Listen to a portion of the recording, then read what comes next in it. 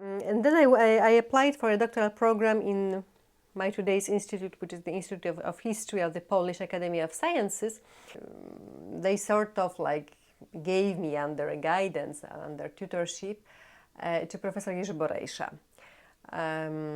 And he's my mentor actually until today. So he was the supervisor of my PhD thesis, although his grandfather was one of the founders of the Haynt daily.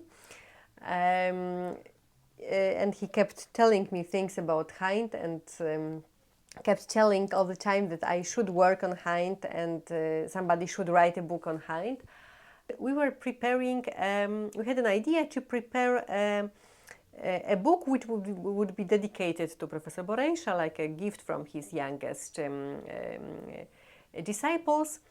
And I thought, okay, so I will write something about his grandfather that he is very proud of, although he never knew him because Avram Goldberg passed away before the war yet. So I thought, okay, so I will write an article about Avram Goldberg as being the founder of the Haynt and so on and so forth. So I started to look out for materials on Haynt, and it turned out that there is only this monograph by Chaim Finkelstein, which you probably know because it was put online also in the English translation some time ago. At this time, this English translation did not exist yet. And it turned out that they are, in terms of, like monographs, this is the only thing that exists. And there isn't anything else. So I thought, okay, so I will read some of the Haynt and I will write something, from what I read and everything. And it turned out that this is really fascinating. I started to read with the very first issue they published in 1908. The Jewish Historical Institute has some issues from 1908.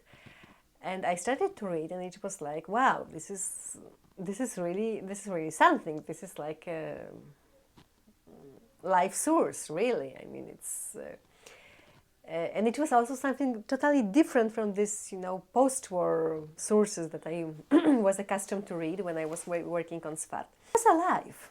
I know it sounds strange, but it was like you would just open this old issues, which are more like 100 years old now, right?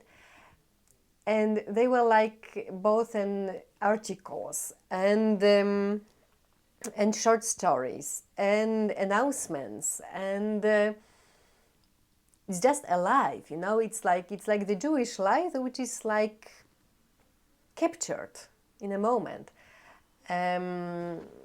Because you keep reading. Haynt was a daily, so you keep reading from one day to another. You sort of see it's